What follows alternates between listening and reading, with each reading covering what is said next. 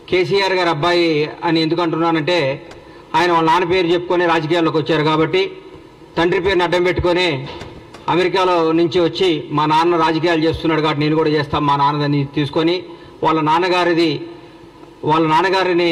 వారసత్వాన్ని పుచ్చుకొని రాజకీయాలు చేస్తున్నాడు కాబట్టి కేసీఆర్ గారి అబ్బాయిగానే మేము చూస్తాం ఆయన్ని. కేటీఆర్ గారి గురించి మాట్లాడుతూ మా ముఖ్యమంత్రి గారిని కష్టపడి కష్టాన్ని ఇష్టంగా చేసుకొని ప్రజా సమస్యను తన సమస్యగా చేసుకొని 17 ఏళ్ల సుదీర్ఘ పోరాటం చేసి ఏ వారసత్వం లేకుండా ఏ బ్యాక్గ్రౌండ్ లేకుండా ఏ చరిత్ర లేకుండా ఒక రైతు బిడ్డలా పుట్టి కొండారెడ్డిపల్లి నుంచి తెలంగాణ రాష్ట్రానికి ముఖ్యమంత్రి అయ్యేదాకా వన్ మ్యాన్ షో ఒకటే పోరాట యోధుడిగా తన రాజకీయ ప్రయత్నించి మీరు పెట్టిన చిత్రహింసలు మీరు పెట్టిన మానసిక క్షోభ మీరు పెట్టిన ఆఖరికి తన కన్న కూతురు పెళ్లికప్పుడు కూడా మీరు పెట్టి జైల్లో పెట్టి మీరు పెట్టిన ఇబ్బందులన్నీ తట్టుకొని రాష్ట్రానికి ముఖ్యమంత్రిగా అయి 6 గ్యారంటీలను ఇచ్చిన హామీలను అద్భుతంగా అమలు చేస్తూ స్వచ్ఛమైన పరిపాలన నీతివంతమైన పరిపాలన నిజాయితీ గల పరిపాలన అందరికీ అందిస్తూ ఈరోజు భారతదేశంలో ప్రతి ఒక్క ముఖ్యమంత్రి మన ముఖ్యమంత్రి వైపు చూస్తూ రేవంత్ రెడ్డి గారు అద్భుతంగా చేస్తున్నాడు, తెలంగాణ రాష్ట్రంలో పరిపాలన బ్రహ్మాండంగా జరుగుతుంది, నీతివంతమైన పరిపాలన జరుగుతుంది చెప్పుకునే స్థాయికి తీసుకొచ్చినట్టే 2.5 నెలలు 3 నెలలు కూడా కాలేదు ఈ ప్రభుత్వంలో.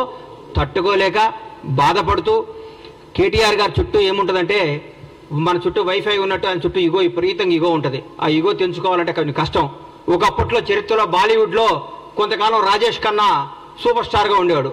ఆయన సినిమాలు ఫ్లాప్ అవుతున్నా కానీ ఆయన సూపర్ స్టార్ అనే భ్రమలో పెట్టారని పక్కన జనం అందరూ ఆయన్ని. తర్వాత అమితాబ్ బచ్చన్ వచ్చాడు, షోలో కొట్టాడు, అద్భుతమైన సినిమాలు తీసి సూపర్ స్టార్ అయిపోయాడు. ఇండియా మొత్తం అమితాబ్ బచ్చన్ పేరు ఎలుగుతున్నా కానీ రాజేష్ ఖన్నా ఏమనుకున్నాడు, నేనే సూపర్ స్టార్ని బాధ ఉండేవాడు. ఒక 10 ఏళ్ల తర్వాత ఏందయ్యా నా దగ్గరికి ఎవరు జనం వస్తలేరంటే, సార్ మీరు 10 ఏళ్ల ముందే మీరు సూపర్ స్టార్ పోయింది సార్, అమితాబ్ బచ్చన్ ఒక ఆయన వచ్చి సూపర్ స్టార్ అయిపోయాడు అని చెప్పుకుంటే అప్పుడు షాక్ తిన్నాడు. అట్లా ఇప్పుడు కేటీఆర్ గారు ఒక భ్రమలో ఉన్నాడు.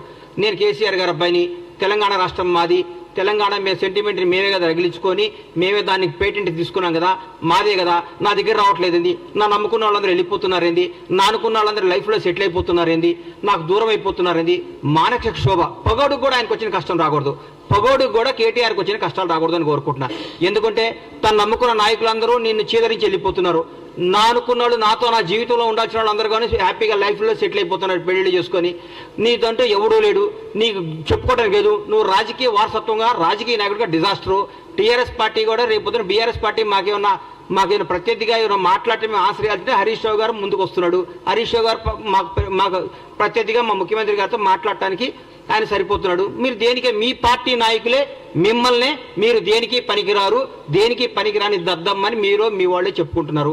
పైగా మీరు ఎక్కడ సెక్స్ అయ్యారంటే ఒక 300-200 యూట్యూబ్ ఛానల్స్ పెట్టుకొని వాళ్ళతో ప్రత్యేకంగా తిట్టేయటం, వాళ్ళని తిట్టేయటం, రేవంత్ రెడ్డి గారిని తిట్టేయటం, కాంగ్రెస్ వాళ్ళని తిట్టేయటం, కాంగ్రెస్ తప్పులు. మీ దగ్గర మీ మున్సిపల్ మంత్రిగా ఉన్న మీ ఆధీనంలో 1, 2, 3, 5వ స్థాయిలో ఉన్న బాలకృష్ణ అనేవాడిని పట్టుకుంటేనే 1000 కోట్లు 2000 కోట్లు దొరికినాయి. ఆయన ఏంది ఆయన ఆఫీసర్ పేరు ఏంది, మన ఔటర్ రింగ్ రోడ్డు మన కారు రేసులు ఇచ్చిన ఆయన కారు మన అరవింద్ కుమార్ గారే డైరెక్ట్గా చెప్పాడు, నువ్వు కేటీఆర్ గారు ఇవ్వమంటే నేను డబ్బులు ఇచ్చాను. మీరు రాబోయే రోజుల్లో ఇంకా ఇంకా ఇంకా ఇంకా ఇంకా కష్టాలు తెచ్చుకొని మీరు చేసిన పాపాలు గడుక్కోవటమే మీ జీవితం స్మాష్ అయిపోయింది. ఈరోజు రాజకీయంగా మీరు భూస్థాపితం అయిపోయారు. మీకు ఎప్పుడు రేపు పార్లమెంట్ ఎలక్షన్ వరకు మీరు ఒక్క దగ్గర కూడా పోటీ చేసే అర్హత లేదు. మీరు ఫోన్ చేస్తే క్యాండిడేట్లు పారిపోతున్నారు. ఒక 17 స్థానాలకు ఒక్కొక్క పేర్లు చెప్పండి సార్ మీరు పోటీ చేసేవాళ్ళు. మా కాంగ్రెస్ పార్టీకి ఒక్కొక్క స్థానం నుంచి 100 మంది సీట్ల కోసం పోటీ చేస్తున్నారు, 100 మంది సీట్ల కోసం ట్రై చేస్తున్నారు. అది ఈరోజు మాకున్న పార్టీ, మాకున్న పరిపాలన.